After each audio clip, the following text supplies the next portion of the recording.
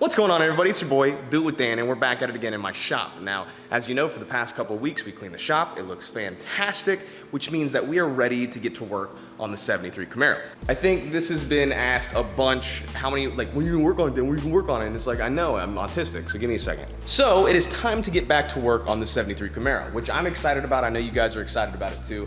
It's been about 2 years since I last worked on it, which means that it's sat up on the lift for a little over 2 years now. But before we get down into it, we kind of need a game plan here. I need some guidance, maybe some direction. And I think what we should do is we should start by figuring out where I kind of left off on it, right? I think I'd like to start getting this thing to get ready to get pulled off the lift. I don't know if I'll pull it off the lift today, but I think that's kind of like the next steps. Now, there were a few reasons why I kind of stopped working on it. The main one being that I realized once I got it up in the air that it needed a lot more work than I was aware of, and I was also in between a couple other projects, and it was just messy, right? It was just messy and poor timing on my part. I probably should have kept this car together for a while, but some things have changed, the plans have changed. I'm definitely gonna go to a manual gearbox. I know it started that I was gonna do the 4L60E by Monster Transmissions. I'm still gonna use that, just not for this build. I think I'm gonna use that for the little pickup truck. I think ultimately I'm gonna go with a T56, which I have built by my buddy, Mr. Mike. You guys met him in one of my previous videos. It should be done. I think I need to get the right bell housing adapter. You know, we'll figure that out later. But that gives us a lot of what ifs and what's next. And that's for a different video. But one of the reasons that I stopped working on the Camaro was once I got it up in the air and I started working on it, I realized that it needed a lot more work than I thought. It was way worse condition, right? When I bought the car, I was told it was a frame-up restoration and that it was in great quality and they'd done a good job, and that's just not the case, man, which is one of the reasons why I stopped working with that company that I bought it from, is that I don't feel like I was lied to. I mean, I kind of do. I feel like I was kind of lied to or misled, and this is where it gets funny, right? Because it's not really their fault, because the way they did business, from what I understand, was not commission. I can't remember the word. It's hard to explain. Like, other people would bring their cars up there and leave them in the showroom, and then they'd be like, "This is what I want to sell the car for." I know you do the same thing with guns at gun stores. And, you know, so I guess it's kind of, you know, it was kind of out of their control, it was kind of out of their responsibility, but at the same time, I still feel like I was taken advantage of for what I paid for this car. You guys know I sold the H2. God, this hurts me to say. I paid like almost 30 grand in cash for this thing, which is the most expensive thing I've ever bought in cash, is the only time I've ever bought anything like that in cash. And because I had sold the H2, so I was like, I can work on it, and like, here we are. And truth be told, it was just poor management and poor decision making by me. I really don't like to blame other people for my fuck ups. Do I feel like I was misled? Yes. Do I feel like it's my fault? Yes. You know what I'm saying? But that being said, I found a lot of stuff. The whole firewall is in okay condition. It's not bad. It looks like if I remember right, I started scrubbing the paint off of this because I was gonna glass this, and I'm still not sure if I'm gonna do that. But the more I started digging into the car, the worse it got, and I realized that the car was in worse shape than I thought. And like, the more I started peeling off this like rubber undercoating that someone had just lazily sprayed, you know, the more I found rust holes.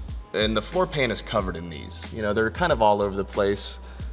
And just the more you chip away at it, the more you find. And it's not terrible. It's not the worst I've ever seen, but it's not fucking good either. One thing I will show you guys is this corner here.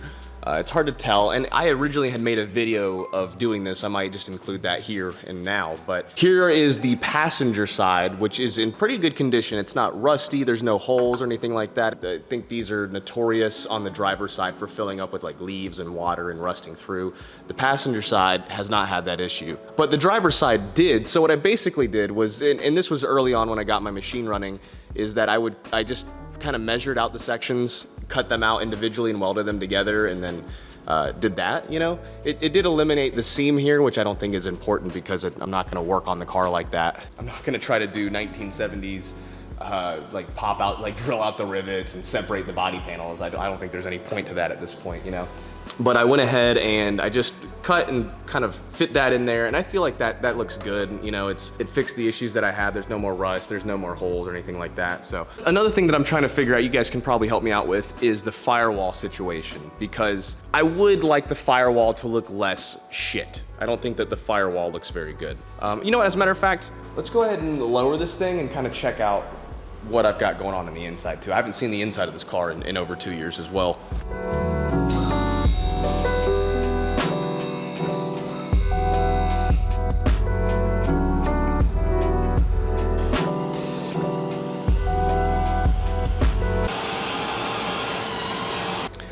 Car looks a lot smaller when it's not on the lift. Oh man, it is a fucking nightmare in here. I do have some pocket holes all along here. And I think I can fix that myself. That shouldn't be too complicated. Just cut out a little square, tack in another one, and then grind that down. That'll be easy to get those little holes out. This doesn't look too bad. And another big thing that I need to do is I have to notch the inner fenders in this thing. Notch is the wrong term. I forget what it's called, but just basically, there it is, tub the rear. So what I have to do is I'll have to strip out the inner lining of the trunk with, like, there's a bunch of goo in there. I'll have to get in there and grind and cut that all out, which this will have to be off the lift to do that, I think. Because the axle is a little bit more narrow to accompany wider wheels, so I can do a deeper offset on the rear, so the rear will be tubbed. And I have one of these boxes over here that's right there, the Detroit Speed tub kit for the rear. And obviously, like, the paint on this thing isn't awesome. I think it's got some kind of not good body lines. There's just some spots that and like the trunk doesn't line up very well. That's gonna need to be cleaned up. I just don't know. I don't know if I'm gonna do that. So here's my thought process right now, and I'm looking for guidance from you guys because this is the first time I'm gonna be restoring a car like this, and I wanna get it right. Think what might be the best course of action. Basically get this car ready for paint. Strip the interior, tub the rear, probably pull the rear axle out, set the rear axle, then do the new rear axle that I got from Gear FX. Appreciate you guys sending that out 2 years ago, and then me not doing anything with it because I suck. Get it in like a roller state kind of deal, and then give that to a body shop. And have the body shop basically get the car ready for paint. Like, I'll have the interior stripped. I should probably also modify the transmission tunnel because right now in here it's set up for an automatic transmission. But if I'm gonna do a manual transmission, I'm assuming the trans tunnel is gonna be slightly different because it's a different transmission. It's a T56 versus like 4L60 or what would be a turbo 400, TR 400. And just clean up as much as I can, get as much sections that are rusty out, and I'll have to strip the entire interior, rip the seats out. I won't reuse the seats, so it doesn't matter. Oh wow, here's one of those panels that I made when I was doing my upholstery, and man, look at my stitch lines. I did this. That's not bad. I forgot about doing this. Another thing that I've been thinking about, I'm not gonna do a full-blown roll cage, right? I don't think that I want a full-blown roll cage, but I might do like a half cage, maybe just like a straight roll tube. What's the word for that? A half cage? But obviously I don't give a shit about the rear. Like, I don't want rear seats. That'll be subwoofers and probably like gun storage or something. So I think that's probably the best place to start, is get the interior completely stripped, torn apart, and then tackle like the holes in the floor pan, tackle all the rusty spots, like replace the small holes that are rusty. There's some on the inside as well that need to be redone. Like I said, I would like to really clean the firewall up too, but I also don't know where I'm getting into with that because I don't know how the AC system works. I don't know like how the heater core system works. These body mounts are garbage too. See, I would sure like to fix that cage that's in there. That cage is blown loose. I don't even know how I would replace that, because that's your body mount nut right there. You got two of them. So those need love. You're probably asking like, Dan, why don't you just mount it up to the subframe and roll it around on that? And it's like, I don't want to right now because the subframe is still immaculate. There's not a scratch on this thing after I had it powder coated. And it's dirty, but like, look at that. Look how gorgeous that is, right? It's the whole subframe for the car. So I don't want to just mount it up just yet and then dick it all up because to pull it apart again. So I'll probably build like a wooden roller frame around it, strip the interior, tub the rear. That'll have to go back on the lift, I assume, for that, for the tubbing. I'm not sure how to do that either. I'll have to message my buddy Alex and go from there. And then we'll worry about the engine stuff later, because that's like the least important part right now. Yeah, see like those floor pans, you can't even see. The floor pans are garbage. They're rough. And I'm sure once I start digging all this stuff out, it's gonna get really rough too. It's like, I wonder if I'll ever be able to get that smell of old car out of the car. You know, I don't think it's as much work as I remember it being, but it's not less work than I remember it being as well. You know?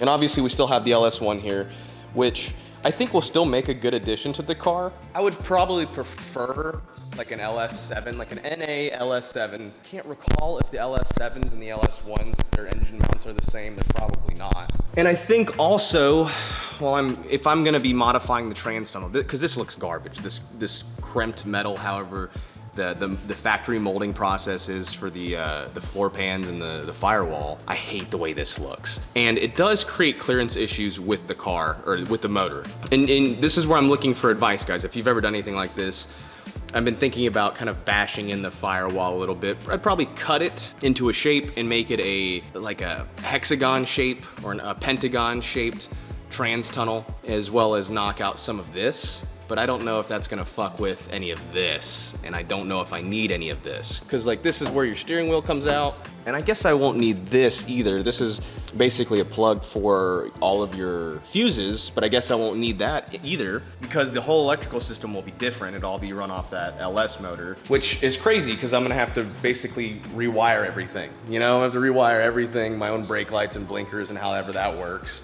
Fuck, I didn't even think about that. So yeah, I'm a little bit confused here as to where to start. So I think what I'll probably do is just start working on the metal stuff. I'm gonna get it off the lift. In the next episode, we'll pull it off the lift and rip apart the inside and then just start tearing at all the holes and all the gaps and everywhere that needs to be touched up before I can send this thing off to go get the body work done. That'd be the ideal goal, would be to get the body work done. And there's my wiring harness for the LS motor, which this isn't bad. This is actually a great system.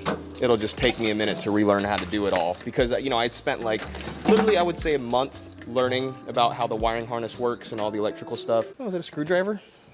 Nice, I've been looking for that. All right, we have a plan. Strip and clean, get rid of some of the holes, repair the holes, maybe create like a half tube for it. I don't know if I want any more supports than just the roll tube. Maybe I'll sneak like a tube in this rail here for extra support, you know? Probably have to rework the windows, you know, because like I converted this all to electrical, but I don't like the system. It's kind of a shitty system, to be honest with you guys. I think I can fabricate something a lot nicer than that. And now I have my CNC machine. I can make nicer door handles, which I still think that these aluminum door handles were awesome, but I can make them out of thicker material rather than having to rivet 3 pieces of metal together. So I think that'll be better. And I got a buddy who does a lot of plastic molding. And I was like, man, do you think you could do some gnarly taillights for this thing? And he said, absolutely. So maybe do some custom deep dish taillights for this thing, or maybe even make my own. I won't lie, I'm a little bit overwhelmed, but that will be decided in the next video. I think we have some guidance on what to do. I'm gonna really look through the comments and see if anybody else has kind of done a project like this, and hopefully they can give me some guidance, but otherwise I'm just gonna go into it and figure it out as I go, like I do with everything. And that generally turns out okay. But I gotta make sure on this. This is my dream car, man. Like, a lot of people love Lamborghinis or Ferraris or McLarens or whatever. I love my 73. And I want it to be exactly what I want it. So, just work. All right, and before I let you guys go, I've got one really cool thing I want to show you, which is today's sponsor, Core. Now, Core gun belts are the best fitting, most comfortable concealed carry belts you'll ever wear. They have a hidden and virtually indestructible track sewn in the back of the belts, which gives you over 40 plus size points. So you can readjust your EDC belt in 1/4 inch increments. When the belts show up, they show up really long, so you can cut them to size. It's very simple. They have markings on the back that tell you exactly where you need to cut for what size waistband that you wear, and the instructions are really simple. Just install the buckle, clamp it down, and it's good to go. To me, it works a lot like a ratchet strap, which is perfect. I love the ratcheting system. This is my genuine reaction to the first time I put it on. What? It's like a ratchet strap. No fucking way.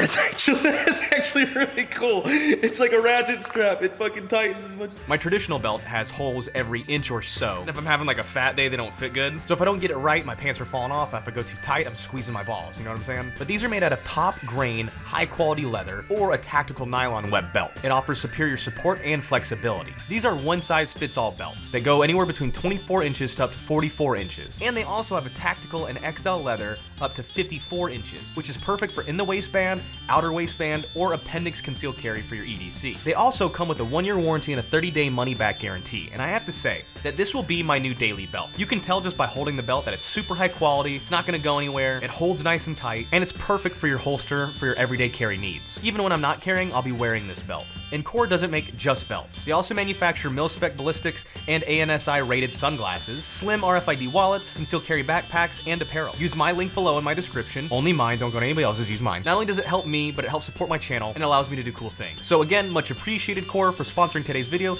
Look forward to working with you guys in the future, and thank you guys for watching, and I'll see you in the next one.